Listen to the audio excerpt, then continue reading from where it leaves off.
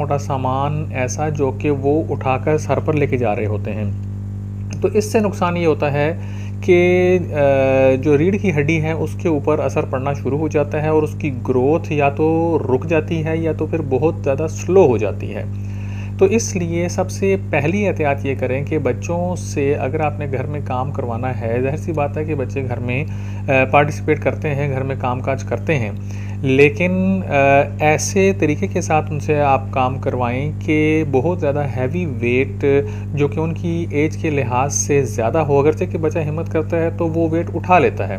बच्चे के लिए मसला नहीं है, वो वेट अगर उठाना चाहता है तो उठा लेता है, लेकिन आपको आइडिया हो जाएगा कि ये वेट इसके लिए ज़्यादा है और ये वेट उसके लिए कम है। तो ऐसा वज़न के जो उसकी हाइट पर इफ़ेक्ट कर सकता है, उसका कद बढ़ना रुक सकता है, रोक सकता है, तो वो